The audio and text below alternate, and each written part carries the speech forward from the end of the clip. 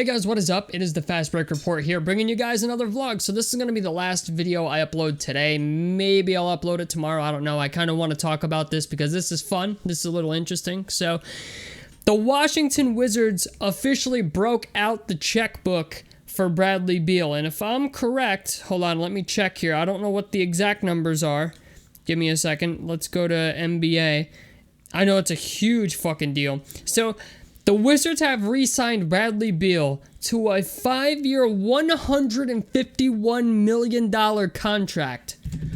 Boys, that's bonkers money. Okay, that's like we're getting into that. Granted, that's not soccer money, I don't think, but like that's a lot of bread. That's a lot of bread for Bradley Beal. You know what I'm saying? And rightfully so.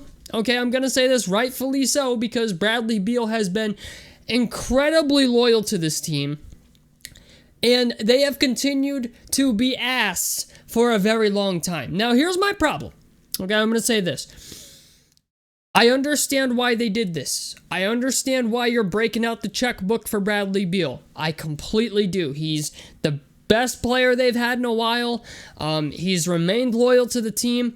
However, okay, Bradley Beal did not sign this contract without some fucking promises, okay? Because if you guys remember at the trade deadline, okay, they were talking about dishing Bradley Beal, okay? And Bradley Beal decided to stay with the team because I think it was his player option that he had last year that he opted into because he needed some promises from the front office.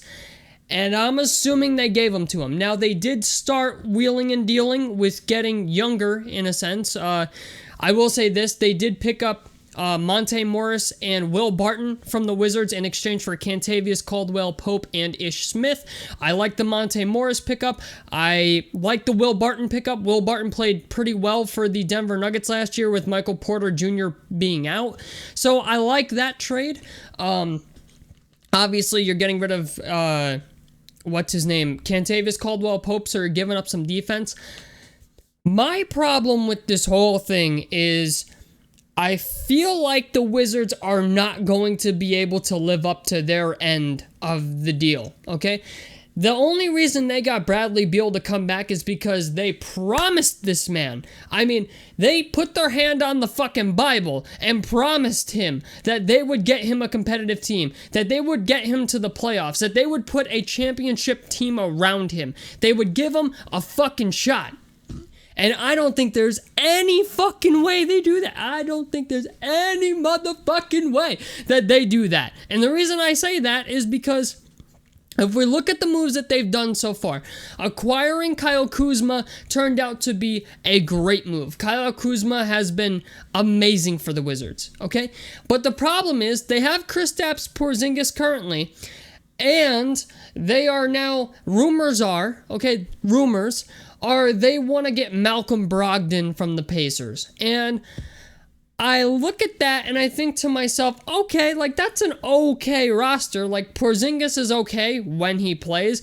Brogdon's okay when he plays. And I just think to myself, they have Thomas Bryant, who's an unrestricted free agent, who we have yet to see if they're going to bring him back.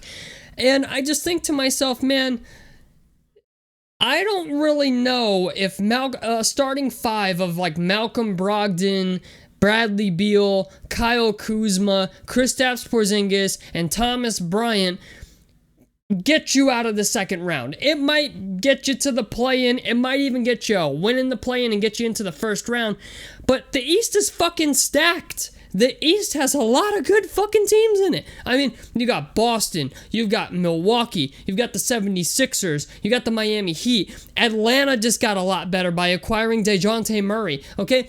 I mean, the list goes on and on. Detroit is looking like in the next couple years they're going to be a fucking powerhouse since they just drafted Jaden Ivey. They've got Cade Cunningham. I mean, like, the Detroit Pistons are on their way. They just traded for Jalen Duren in the draft. They still have Isaiah Stewart. They still have Sadiq Bey. I mean, there's a lot of teams out there that are doing some shit. I mean, And I just think to myself, like, are the Wizards going to be able to acquire enough talent to be better than the field? You know what I'm saying? Like, if the Wizards were in the West, I'd be like, okay, you know, like, they have maybe a little bit of a better shot. But right now, I think it's pretty safe to say the East is better than the West at this point.